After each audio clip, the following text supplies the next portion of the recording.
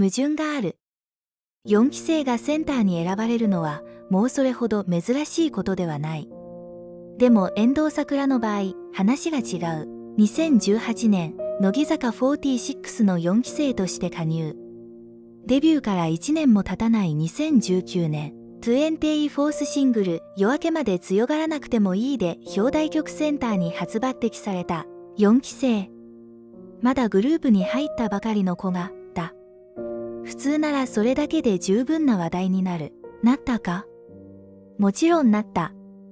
でもそこで終わらなかったのが、遠藤さくらという存在の話をするときに無視できないことで、知ってる人は知ってると思うけど、乃木坂46でセンターを3度務めた4期生は彼女だけだ。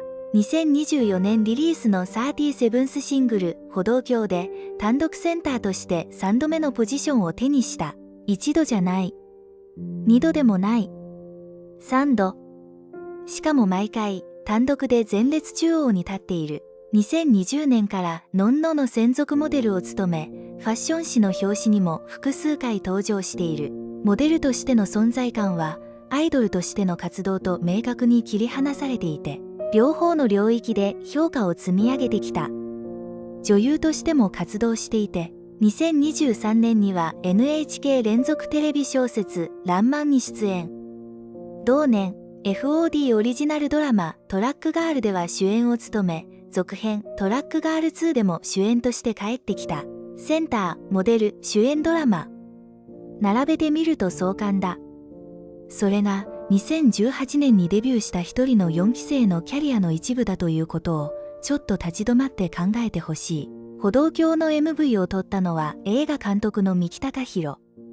ソラニンや思い、思われ、振り、振られなどを手掛けてきた監督で、乃木坂46の MV は初担当だった。雪の中でのダンスシーン、白い息、冬の静けさ。映像のクオリティが他のシングルとどこか違う温度を持っていた。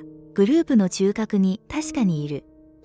Contact is something for a second most people assume. For the S of a group is the one who got there first, stayed longest, or was simply handed the position by design. Push back on that. And though Sakaroka became a center in her first year, did not ease into it, did not spend years working the side rows, hoping to earn it, got selected almost immediately for one of the most visible idol groups in Japan. That's unusual enough on its own, but the real contradiction is not the speed, it's what happened after. Most early promote members patented the industry pushes them early gets the initial excitement, then move attention elsewhere to newer phase. Ando did not plateau. She came back for a second center, then a third, all solo, no shared credit, no center arrangement is softened the pressure. The 37th single Hashigarki in 2024 placed. Another, I have been thinking about what it actually means when an idol group beats so much around one member this consistently. It's not without risk.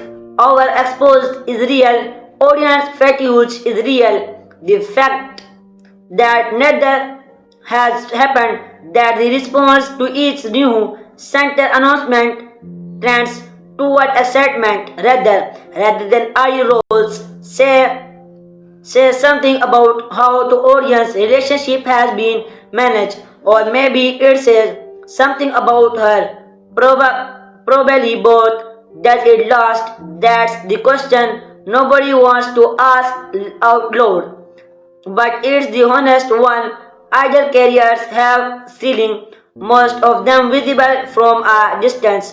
The question is not whether she is exceptional right now. She clearly is. The question is whether what she is building or past the fame is currently in.